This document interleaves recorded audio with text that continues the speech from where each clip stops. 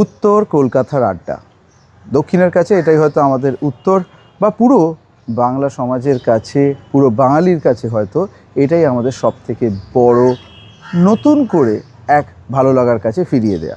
সেটা পুরনো স্কুলের বন্ধুদের সঙ্গে হতে পারে, সরস্বতী পুজোর আড্ডা হতে পারে, বা দুর্গা পুজোয় কোথায় যাবি কী করবি এইটা ফেসবুকের মাধ্যমে হতে পারে, বা হোয়াটসঅ্যাপ চ্যাটের আড্ডায় হতে পারে। আগে আমরা এই কলকাতার রকেতে চেষ্টা করতাম, বন্ধুদেরকে ডাকতাম, আর বাড়ি আসার একটা যখন সারা দিনের কষ্ট হতো, আর ভাল লাগছে না, স্কুল হোক, কলেজ হোক, ইউনিভার্সিটি হোক, কিন্তু যাওয়ার সময় যে রকে বসে 15 মিনিটের একটা চিটচ্যাট হবেই, সেটাই হয়ে যেত সব থেকে বড় পাওনা।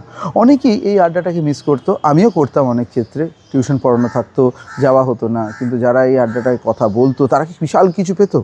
সেই কফি হাউসের আড্ডার মতন কি আমাদের মধ্যেও অনেক বিখ্যাত মানুষেরা আসতেন? কেউ আসতো না, খুব সাধারণ লোকেরা আসতেন, অনেকেরই কাজ থাকতো না, কিন্তু সেই মানুষগুলি মনে করিয়ে দিত যে ভালো লাগা, ভালোবাসা সবটুকু একসাথে থাকা নিয়েই এই উত্তর কলকাতা।